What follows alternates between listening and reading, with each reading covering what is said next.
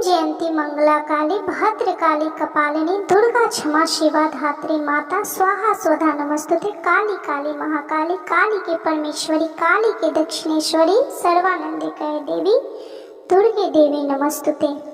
बंधुजनों, आज हम माँ दुर्गा श्री दुर्गा सप्तशती का प्रथम अध्याय का कथा सुनेंगे। तो बोलिए जय माता दी, जय माता दी, जय माता दी। मार्केंड जी बोले, सूर्य के पुत्र सावर्णी जो 8वें मुनि कहे जाते हैं, उनकी उत्पत्ति की कथा विस्तार पूर्वक कहता हूँ, सुनो। सूर्य कुमार महाभाग सावर्णी भगवती महामाया के अनुग्रह से जिस प्रकार मनवंतर के स्वामी हुए वही प्रसंग सुनाता हूँ। पूर्व काल की बात है। स्वारोची से मनवंतर सूरथ नाम के एक राजा थे जो चैत्र वंश में उत्पन्न हुए थे। उनका समस्त भूमंडल पर अधिकार था। वे प्रजा का अपने औरस पुत्रों की भांति धर्म पूर्वक पालन करते थे। तो भी उस समय कोला विध्वंसी नाम के क्षत्रिय उनके शत्रु हो गए। राजा सूरथ की दंड नीति बड़ी प्रबल थी। उनका शत्रुओं के साथ संग्राम हुआ। यद्यपि कोला विध्वंसी संख्या में कम थे, तो भी राजा सूरथ युद्ध में उनसे परास्त हो गए। तब वे युद्ध भूमि से अपने नगर को लौट आए और केवल अपने देश के राजा होकर रहने लगे। किंतु वहां भी उन प्रबल शत्रुओं ने उस समय महाभाग राजा सूरथ पर आक्रमण कर दिया। राजा का बल क्षीण हो चला था, इसलिए उनके दुष्ट बलवान एवं दुरात्मा मंत्रियों ने वहां उनकी राजधानी में राजकीय सेना और खजाने को हथिया लिया।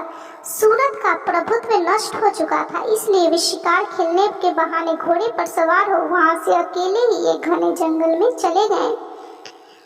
वहां उन्होंने विप्रवर मेधा मुनि का आश्रम देखा, जहां कितने ही हिंसक जीव अपनी स्वाभाविक हिंसा वृत्ति छोड़कर परम शांत भाव से रहते थे। मुनि के बहुत से शिष्य उस वन की शोभा बढ़ा रहे थे। वहां जाने पर मुनि ने उनका सत्कार किया और वे उन मुनि श्रेष्ठ के आश्रम पर इधर उधर विचरते हुए कुछ काल तक रहे।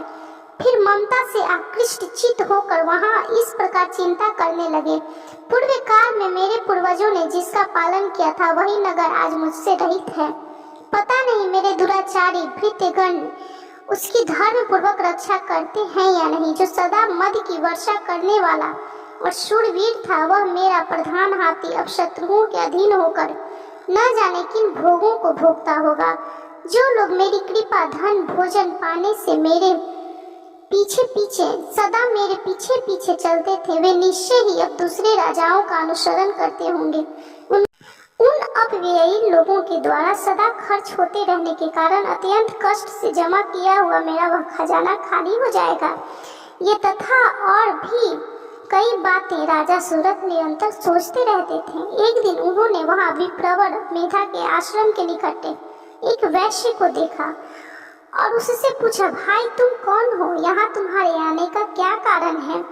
तुम क्यों शोकग्रस्त हो और अनमने से दिखाई देते हो? राजा सूरथ का यह प्रेम पूर्वक कहा हुआ वचन सुनकर वैश्य ने विनीत भाव से उन्हें प्रणाम करके कहा। वैश्य बोला, राजन, मैं धनियों के कुल में उत्पन्न एक वैश्य हूँ। मेरा नाम समाधि है। मेरे दुष्ट स्त्री पुत्रों ने धन के लोभ से मुझे घर से बाहर निकाल दिया है। मैं इस समय धन, स्त्री और पुत्रों से वंचित हूँ। मेरे विश्वसनीय बंधुओं ने मेरा ही धन लेकर मुझे दूर कर दिया है, इसलिए दुखी होकर मैं वन में चला आया हूँ।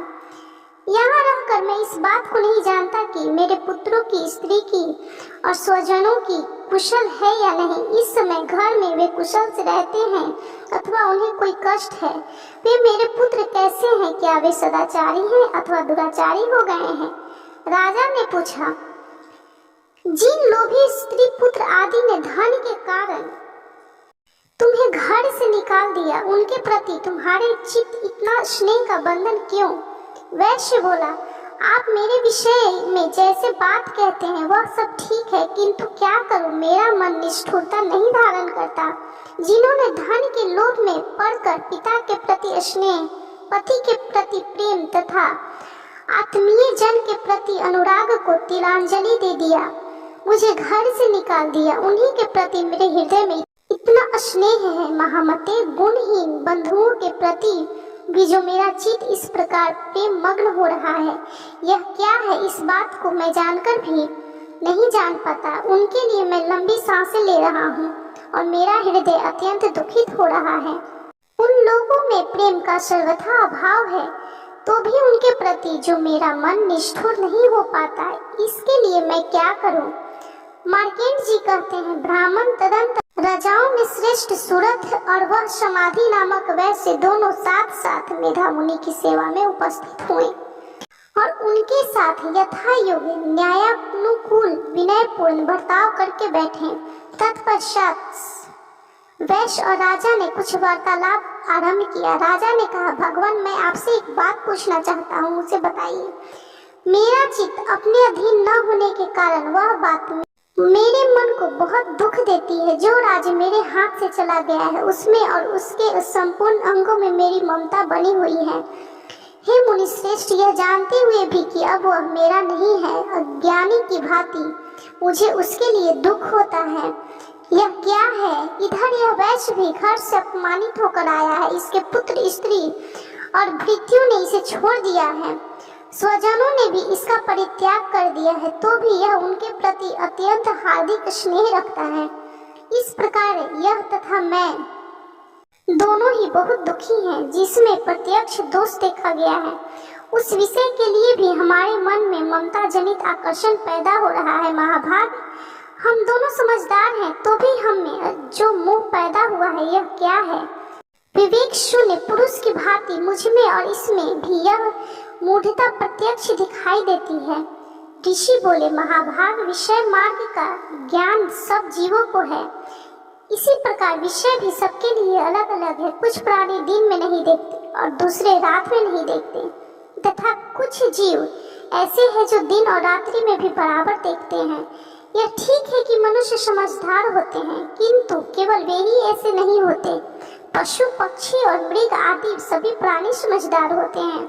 मनुष्यों की समझ भी वैसी ही होती है जैसे उन मृग और पक्षियों की होती है, तथा जैसी मनुष्यों की होती है वैसे ही उन मृग पक्षी आदि की होती है। यहाँ तक यह तथा अन्य बातें भी प्रायः दोनों में समान है। समझ होने पर भी इन पक्षियों को तो देखें, ये स्वयं भूख से पीड़ित होते हुए भी मोहवश बच्चों की चोंच में कितने चाव से अन्न के दाने डाल रहे हैं। नरश्रेष्ठ, क्या तुम नहीं देखते कि ये मनुष्य समझदार होते हुए भी लोभ बस अपने किए हुए उपकार का बदला पाने के लिए पुत्रों के अभिलाषा रखते हैं?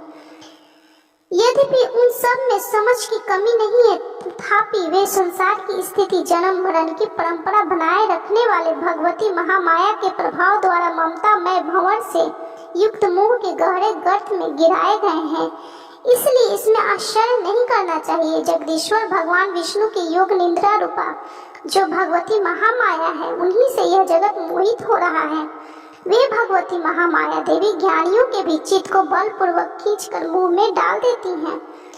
वे ही इस संपूर्ण चराचर जगत की सृष्टि करती हैं, तथा वे ही प्रसन्न होने पर मनुष्यों को मुक्ति के लिए वरदान देती हैं। वे ही परा विद्या, संसार बंधन और मोक्ष की हेतु भूता सनातनी देवी तथा संपूर्ण ईश्वरों की भी अधीश्वरी हैं। राजा ने पूछा, भगवान, जिन्हें आप महामाया कहते हैं, वे देवी कौन है? ब्राह्मण, उनका आविर्भाव कैसा हुआ तथा उनके चरित्र कौन कौन हैं? ब्रह्मवेताओं में श्रेष्ठ महर्षि उन देवी का जैसा प्रभाव हो, जैसा स्वरूप हो और जिस प्रकार प्रादुर्भाव हुआ हो, वह सब मैं आपके मुख से सुनना चाहता हूँ। ऋषि बोले, राजन, वास्तव में तो वे देवी नित्य स्वरूपा ही हैं। संपूर्ण जगत उन्हीं का रूप है तथा उन्होंने समस्त विश्व को व्याप्त कर रखा है, तथापि उनका प्रकटे अनेक प्रकार से होता है। वह मुझसे सुनो, यद्यपि वे नित्य और अजन्मा है, तथापि जब देवताओं का कार्य सिद्ध करने के लिए प्रकट होती हैं, उस समय लोकों में उत्पन्न हुई कहलाती हैं। कल्प के अंत में जब संपूर्ण जगत एकानर्व में निमग्न हो रहा था और सबके प्रभु भगवान श्री हरि विष्णु शेषनाग शैया बिछाकर योग निद्रा का आश्रय ले सो रहे थे, उस समय उनके कानों के मैल से दो भयंकर असुर उत्पन्न हुए, जो मधु और कैटभ के नाम से विख्यात थे। वे दोनों ब्रह्मा जी का वध करने को तैयार हो गए। भगवान विष्णु के नाभि कमल में विराजमान प्रजापति ब्रह्मा जी ने जब उन दोनों भयंकर असुरों को अपने पास आया और भगवान को सोया हुआ देखा, तब एकाग्रचित होकर उन्होंने भगवान श्री हरि विष्णु को जगाने के लिए उनके नेत्रों में निवास करने वाली योग निद्रा का स्तवन आरंभ किया, जो इस विश्व की अधीश्वरी, जगत को धारण करने वाली, संसार पालन और संहार करने वाली तथा तेजः स्वरूप है। भगवान विष्णु की अनुपम शक्ति है। उन्हीं भगवती निद्रा देवी की भगवान ब्रह्मा जी स्तुति करने लगे। ब्रह्मा जी ने कहा, देवी तुम ही स्वाहा, तुम ही स्वधा, तुम ही वष्टकार हो, स्वर भी तुम्हारे ही स्वरूप है, तुम ही जीवनदायिनी सुधा हो। नित्य अक्षर प्रणव में अकार उकार मकार इन 3 मात्राओं रूप में तुम ही स्थित हो तथा इन 3 मात्राओं के अतिरिक्त जो बिंदु रूप नित्य अर्ध मात्रा है, जिसका विशेष रूप से उच्चारण नहीं किया जा सकता, वह भी तुम ही हो। देवी तुम ही संध्या सावित्री तथा परम जननी हो। देवी तुम ही इस विश्व ब्रह्मांड को धारण करती हो, तुमसे ही इस जगत की सृष्टि होती है, तुम ही से इसका पालन होता है और सदा तुम ही कल्प के अंत में सबको अपना ग्रास बना लेती हो। जगन्मयी देवी, इस जगत की उत्पत्ति के समय तुम सृष्टि रूपा हो, पालन काल में स्थिति रूपा हो तथा कल्पांत के समय संहार रूप धारण करने वाली हो। तुम ही महाविद्या, महामाया, महामेधा, महास्मृति, महान महामोह रूपा, महादेवी और महासुरी हो। तुम ही तीनों गुणों को उत्पन्न करने वाली सबकी प्रकृति हो। भयंकर काल रात्रि, महारात्रि और मोह रात्रि भी तुम ही हो। तुम ही श्री, तुम ही ईश्वरी, तुम ही हीन, तुम ही बोध स्वरूपा बुद्धि हो। लज्जा, पुष्टि, तिष्टि, शांति, क्षमा भी तुम ही हो। तुम खड़ग धारणी, शूल धारणी, घोर रूपा तथा गदा, चक्र, शंख और धनुष धारण करने वाली हो। बाण, भुशुंडी और परिध ये भी तुम्हारे अस्त्र है। तुम सौम्य और सौम्यतर हो। इतना ही नहीं, जितने भी सौम्य एवं सुंदर पदार्थ हैं, उन सब की अपेक्षा तुम अत्यधिक सुंदरी हो। पर और अपर सबसे परे रहने वाली परमेश्वरी तुम ही हो। सर्व स्वरूपे देवी, कहीं भी सत्य असत्य रूप में जो कुछ वस्तुएं हैं और उन सब की जो शक्ति है वह तुम ही हो। ऐसी अवस्था में तुम्हारी स्तुति क्या हो सकती है, जो इस जगत की सृष्टि, पालन और संहार करते हैं। उन भगवान को भी जब तुमने निद्रा के अधीन कर दिया है, तब तुम्हारी स्तुति करने में यहाँ कौन समर्थ हो सकता है। मुझको, भगवान शंकर को तथा भगवान विष्णु को भी तुमने ही शरीर धारण कराया है, अतः तुम्हारी स्तुति करने की शक्ति किसमें है। देवी तुम तो अपने इस उदार प्रभाव से ही प्रशंसित हो। ये जो दोनों असुर मधु और कैटभ है, इनको मुंह में डाल दो और जगदीश्वर भगवान श्री हरि विष्णु को शीघ्र ही जला दो। साथ ही इनके भीतर इन दोनों महान असुरों को मार डालने की बुद्धि उत्पन्न कर दो। ऋषि कहते हैं, राजन, जब ब्रह्मा जी ने वहां मधु और कैटभ को मारने के उद्देश्य से भगवान विष्णु को जगाने के लिए तमोगुण की अधिराष्ट्री देवी योग निद्रा की इस प्रकार स्तुति की, तब वे भगवान के नेत्र, मुख, नासिका, बाहु, हृदय और वक्ष स्थल से निकलकर अव्यक्त जन्मा ब्रह्मा जी की दृष्टि के समक्ष खड़ी हो गई। योग निद्रा से मुक्त होने पर जगत के स्वामी भगवान जनार्दन श्री हरि विष्णु उसे कार्णवे के जल में शेषनाग की सैया से जाग उठे। फिर उन्होंने उन दोनों असुरों को देखा। वे दुरात्मा मधु और कैटभ अत्यंत बलवान तथा पराक्रमी थे और क्रोध से लाल आंखें किए ब्रह्मा जी को खा जाने के लिए उद्योग कर रहे थे। तब भगवान श्री हरि ने उठकर उन दोनों के साथ 5000 वर्षों तक केवल बाहु युद्ध किया। वे दोनों भी अत्यंत बल के कारण उन्मत्त हो रहे थे। इधर महामाया ने भी उन्हें मुंह में डाल रखा था, इसलिए वे भगवान विष्णु से कहने लगे, हम तुम्हारी वीरता से संतुष्ट हैं, तुम हम लोगों से कोई वर मांगो। श्री भगवान बोले, यदि तुम दोनों मुझ पर प्रसन्न हो तो अब मेरे हाथ से मारे जाओ। बस इतना सा ही मैंने वर मांगा है, यहाँ दूसरे किसी वर से क्या लेना है। ऋषि कहते हैं, इस प्रकार धोखे में आ जाने पर जब उन्होंने संपूर्ण जगत में जल ही जल देखा, तब कमल ने भगवान से कहा, जहाँ पृथ्वी जल में डूबी हुई न हो वहीं हमारा वध करे। ऋषि कहते हैं, तब तथास्तु कहकर शंख, चक्र और गदा धारण करने वाले भगवान श्री हरि विष्णु ने उन दोनों के मस्तक अपनी जांघों पर रखकर चक्र से काट डाले। इस प्रकार ये देवी महामाया ब्रह्मा जी की स्तुति करने पर स्वयं प्रकट हुई थी। अब पुनः तुमसे उनके प्रभाव का वर्णन करता हूँ, सुनो।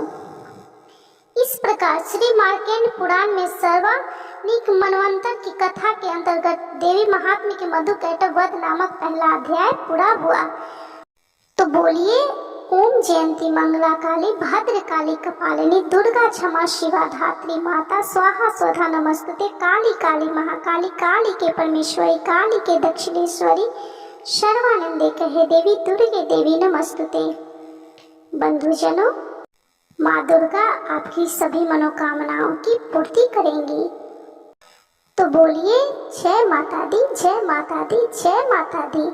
यदि वीडियो अच्छी लगी हो तो कृपया लाइक कीजिए, शेयर कीजिए और चैनल को सब्सक्राइब करना बिल्कुल भी ना भूलें।